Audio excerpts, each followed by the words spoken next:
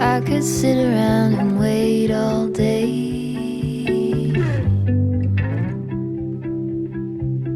You lay easy on my mind,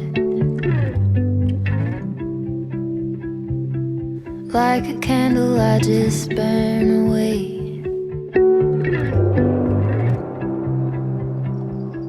All we really have is time.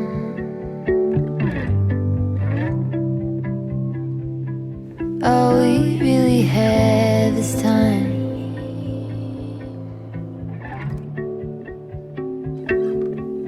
I don't wanna waste it on anybody. Take it with anybody but you.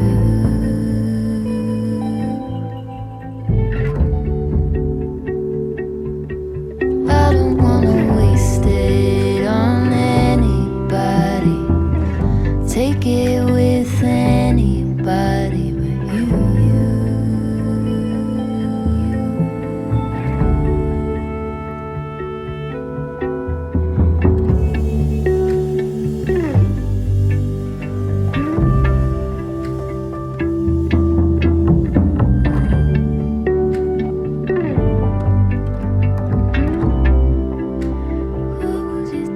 What was it they used to say?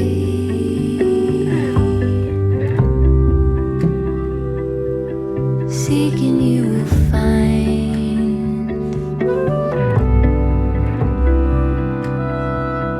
There is nothing in you that is fading.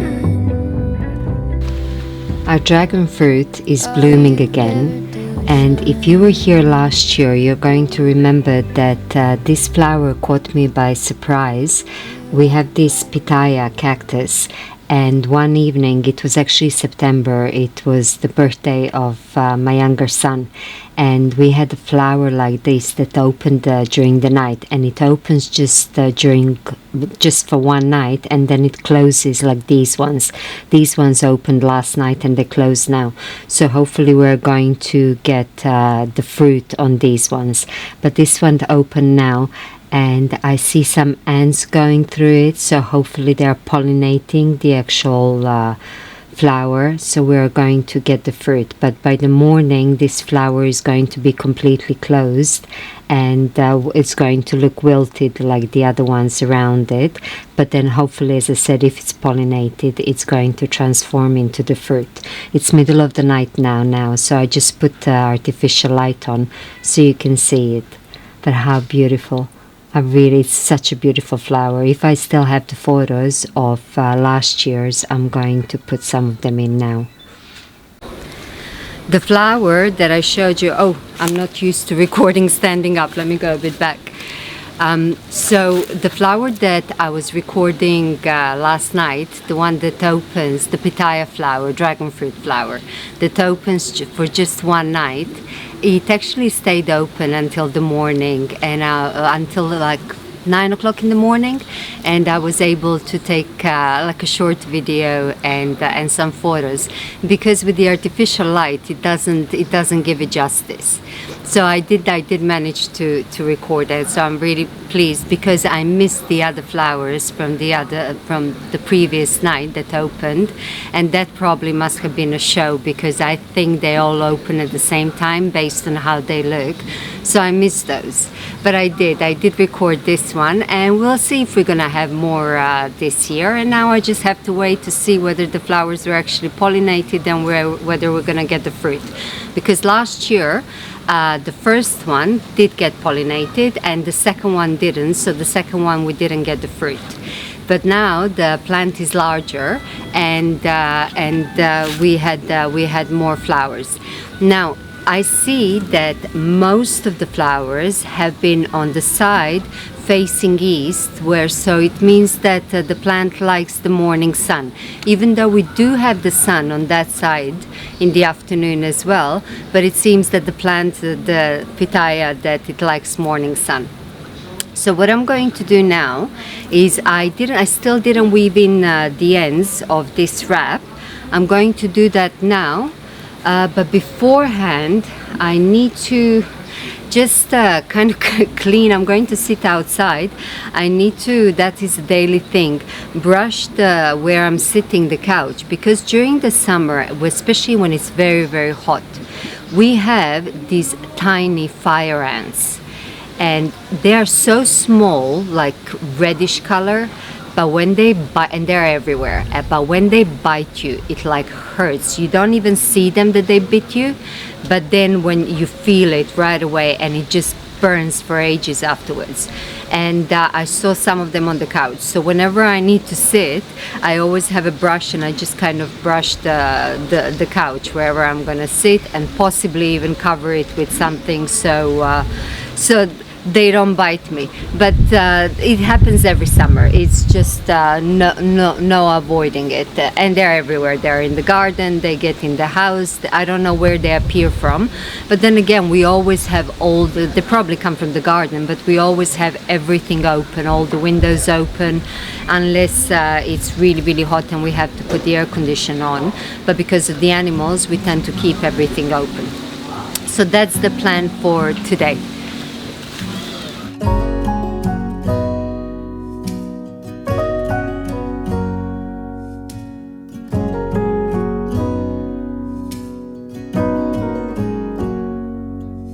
If I wrote you a song, if I got every word perfectly weighted on a thin piece of paper, would it make any difference?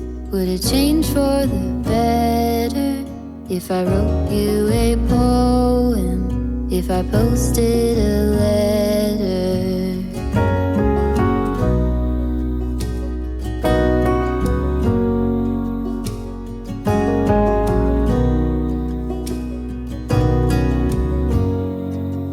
Is it maybe because I never knew quite where I was, and suddenly you told me, baby, you're lost, but I am too.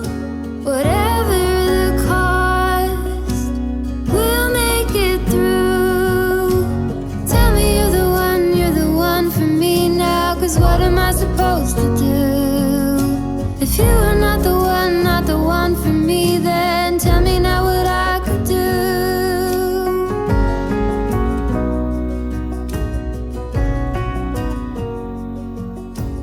So all of these ends, I'm not throwing them away, and I also have lots of ends from my weaving projects, and they are not large at all, but I do kind of create them. I wet felt them, and I make these balls like that, so I don't waste the yarn. And it's just a combination. Even though they're so small like this, I still use them up. I connect them, and I use them with another yarn and mohair as well, and I started making 2 blankets out of it. I will show you that.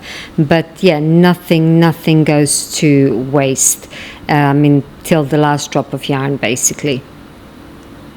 I painted this last night, and I'm pretty happy with it. It's a small painting. It's 20 by 20 centimeters, which is 8 by 8 inches. Let me see if I can zoom out. Yeah. So it's, you see my hand, it's 8 by 8 inches, 20 by 20 centimeters. And I'm not used to painting so small, but I'm teaching myself because of the space, and I want to get into painting again. So painting basically smaller pieces, I can more or less do one a night or one every other day. It's just to get back into painting. That's what I want to do. So the base layer of this painting was acrylic, and just to kind of block in the shadows and lights, and then I passed over it with a layer of foil. So I'm happy with it. I don't think I'm gonna mess around with it much more than that, because once I start looking at the painting, things like never seem completely ready, but then I usually make a mess out of it. So I think I'm going to leave it as is and let it dry like this, and then pack it away and start on the new one. Just as I showed you the little pieces of yarn that I have left over, like from that wrap that I was just weaving in the ends. And this is like something that stays on my desk there. However, I have much more in the bags there from the weaving projects. And when I was showing you this, and I told you that I'm making it into a ball of yarn by wet felting them together, and I said till the last drop of yarn, and I really like the sound of that. So I wanted to tell you what I mean about that. And it sounds so good that I'm thinking maybe we could make occasionally like episodes, like a series till the last drop of yarn, to when I'm kind of making those projects that are trying to use up all the little bits and pieces that have left over, so we don't have any wastage. Because very often, especially being a spinner, I have one-off skeins that I have made, or just things that I wanted to experiment, which I like to play. I like to play with yarn, and not only just with spinning, but also the leftovers that we have from the store-bought yarn that we have like half a skein left or something like that. And we don't really know what to use with that. We don't know how to use it. We can obviously make scrappy blankets, but there is quite a few things that we can do. And like, for example, even this wrap that I made last, even this was made having that in mind, because I mentioned that in the previous episode. The golden part, the brownish part, was my handspun yarn. And I knew I wanted to make a wrap, but I knew that I didn't have enough of that yarn.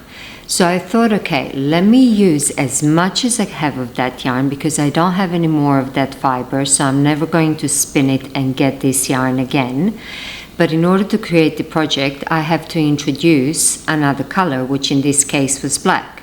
So I was certain that I don't have enough yarn, so I started striping in black here and there, so I can complete the actual wrap with my handspun yarn, but to have it the length that I want. And somebody was asking me how long the wrap is.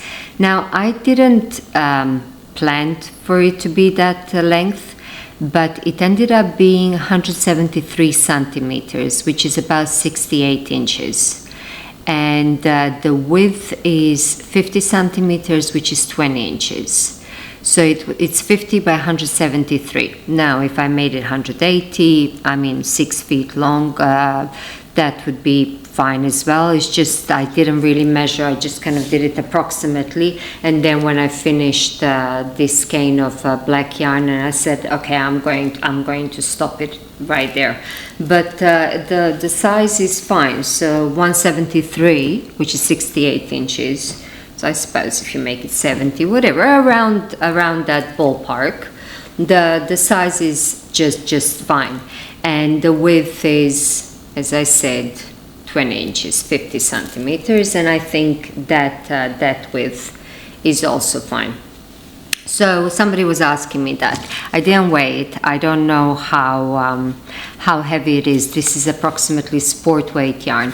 When I do my DK scarves, I think about 400 grams of yarn go on that DK scarves, which are also very long, but I showed them before. I'm going to show them again. So in this case, I was wanting to use up all this handspun that I had.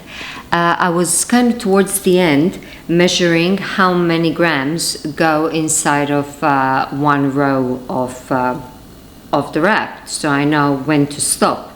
And based on that, this is the only thing that I have left over.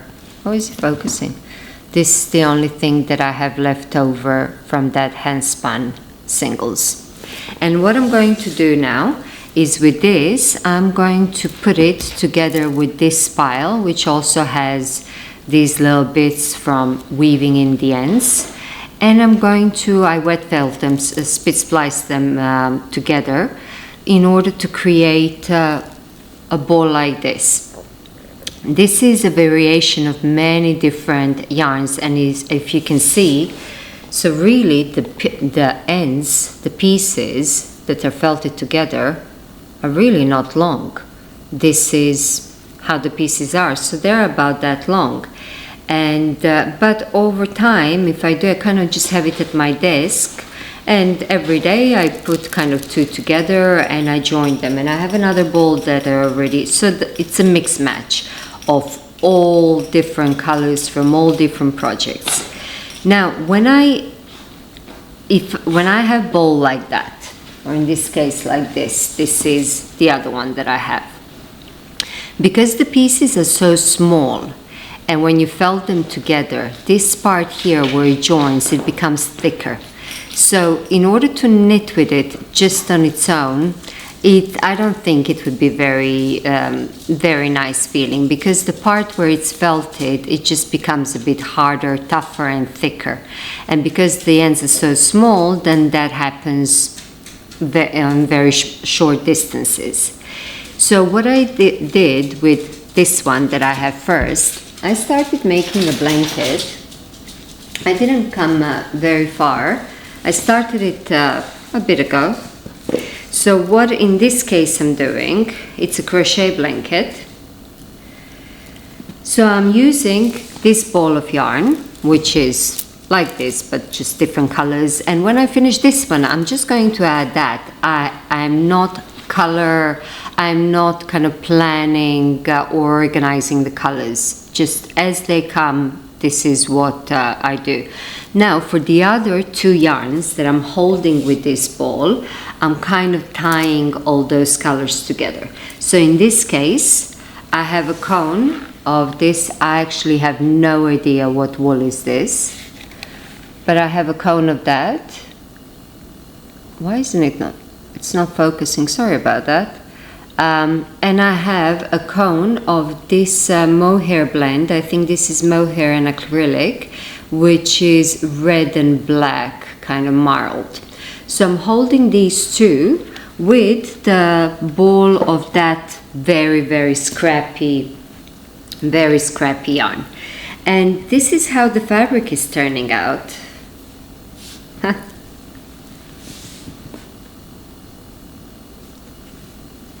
Which I really like.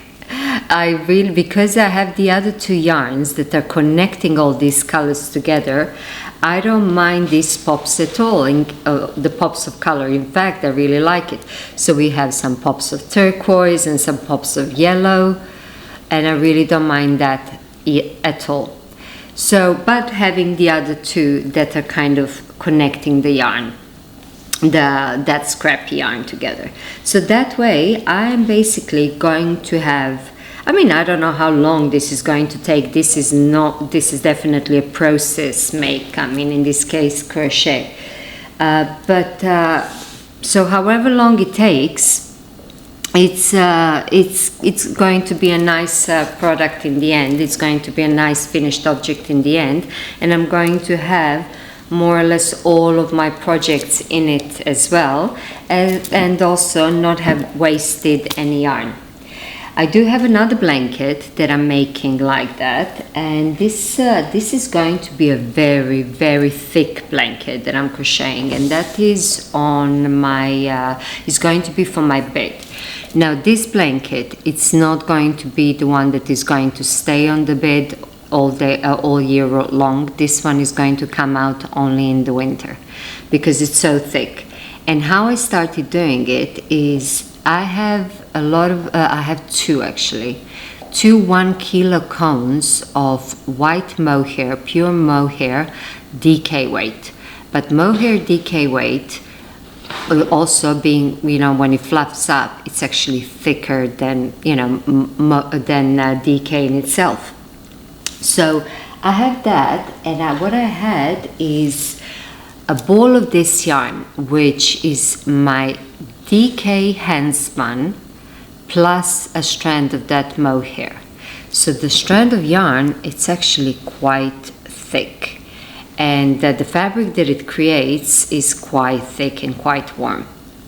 So I thought in order to use this one up, let me use this as a guide to kind of have the blanket that thickness. So this will be the thickest yarn, and whatever other yarns that I'm using, I'm going to kind of add different strands as long as it comes up to this thickness. And this is what I have so far. It's too hot now during the summer to work on it, but this is really wide because what I wanted to do is not just a single blanket for the couch. I wanted, and I have a very large bed in my bedroom, I wanted to go over the edges as well. So when Mario and I lie down during the winter, that even when our bodies lift up the blanket, that it still kind of covers the whole bed. So I started off here at the bottom with that yarn that I just showed you, and then I started combining again different, so any kind of DK weight yarn that I have from my hand spun, and not only my hand spun but mostly my hand spun, either holding with this white mohair like here in these lighter stripes, or I'm holding with a few different strands of different mohairs that I have that are lace weight. So I'm building the yarn to be the thickness as the original one that I have, so I can kind of use this as reference. And this is where having so many different cones that I order, many times I was asked from yarns from Italy, I get them from. Yeah, well, it's actually Latvia, but the company, the website is called yarnsfromitaly.com, but they arrive from Latvia, but they're Italian yarns.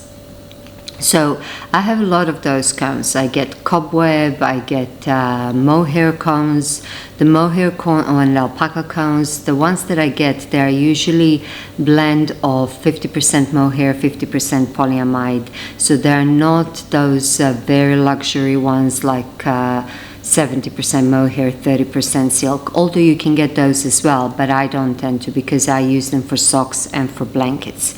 But I have a lot of cones. And this is where the benefit is, because I can always build, by holding a few different strands to build to a certain weight and get the yarn that I want. Because my hand spun, for example, it's not always, well, most of the times, it's not very uniform. So in case I want to mix it with some other yarn, it's a good idea to kind of build it to that thickness that I want. Or if I want to hold it as a single, my hand spun, if I hold it with a strand of another yarn, but I might not want it to be fingering, I might hold it with a strand of cobweb or lace that gives it some structure, like in the case of this wrap.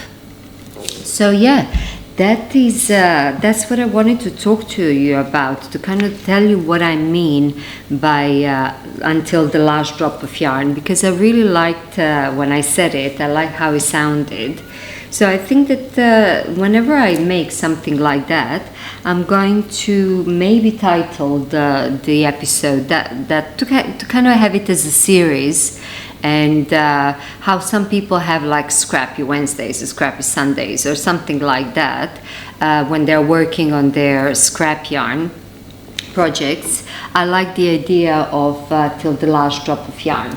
And this is this mohair that I told you, the DK one. And in this case, I'm holding it now for that blanket with this, I think this is my hand spun Shetland. And I'm adding it to the blanket. And even this one that I showed you that I'm making, the brioche wrap, even that one the idea of it came by me looking at some of my yarn and seeing that I had one or two skeins of this turquoise yarn that I had in box sets that I sold last year, and I had a few left over. Now I love this yarn, I love this color, but it's not a color that I would necessarily wear, and I didn't have enough in order to make a garment for somebody else. So what I decided to do, and I said, okay, let me take this, collect this turquoise yarn that I have, and let me see how I can incorporate it and make a project out of it. So I knew that the white and the brown will go well with it, and I already have white handspun yarn that, okay, so that one I don't have to use up. I will always have white handspun yarn. And on occasional stripe here, I'm using my handspun again. This is kind of like brownish color just for a small stripe. And for the larger pieces, to connect everything together, I started spinning a new yarn, which I'm blending gray Shetland.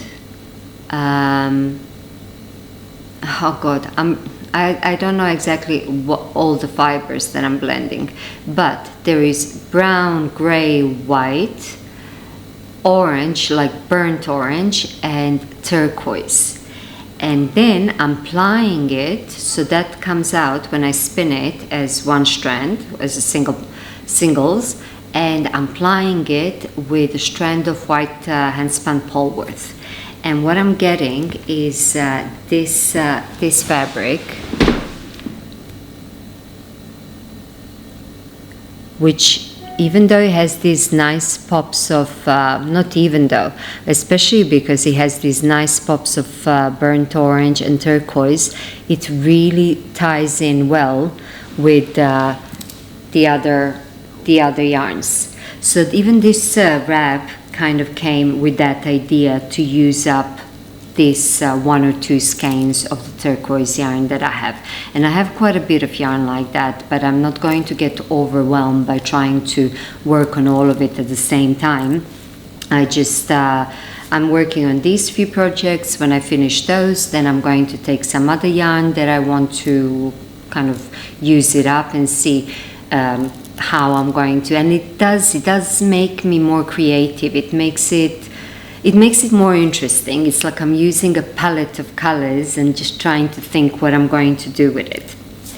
Anyway, I hope you like this. I just want to show you before I go, I did fix the painting a little bit, even though I said I'm not going to mess with it, but I'm going to show you that. Just give me a sec. I really don't know how well it's going to show that I have fixed it, but this part here, it was too bright earlier when I showed you. Now I don't know if the exposure is going to make it too bright again, but I did make that part a bit darker. I mean, obviously it's still drying and there is some glare to it, but I'm happy with it now. Now this here is a bit wet, so that's why it looks a bit weird, but when it all dries and when I varnish it, then all the color will be kind of uniform. It's going to level out. So I hope you liked this video. Thank you for watching, and I will see you soon. Bye for now.